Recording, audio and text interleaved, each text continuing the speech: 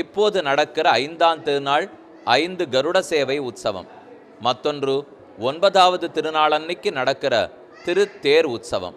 ஸ்ரீவில்லிபுத்தூரில் நெடுதுயர்ந்து நிற்கக்கூடிய கோபுரம், தமிழக அரசனுடைய சின்னமாக இருக்கக்கூடிய கோபுரம். அந்த கோபுரத்துக்குள்ளே நுழைந்தால் வடபெருங்கோயிலுடையானுடைய சந்நிதி தனி சந்நிதி, அதோடொட்டின பெரியாழ்வாருடைய சந்நிதி.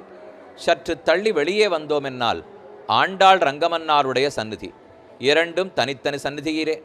ஆண்டாள் திருவரங்கநாதனையே மனத்தில் கொண்டு அவனையே கணவனாக வரித்தாள். ஸ்ரீரங்கத்துக்கு சென்று கல்யாணமும் பண்ணிக்கொண்டாள். ஆனால் பெரியாழ்வார் அரங்கனிடத்தே நீ நம்மூரிலே வந்து சேவை கொடுக்க வேண்டும் என்று பிரார்த்தித்து கொள்ள திருவரங்கநாதன் ஸ்ரீவில்லிபுத்தூருக்கு ஆண்டாளோடே வந்து ரங்கமன்னார் என்கிற பெயரோடே சேவை சாதிக்கிறார். ஆக ரங்கமன்னாரும் ஆண்டாளும் கூட கருடனுமாக ரொம்ப அற்புதமான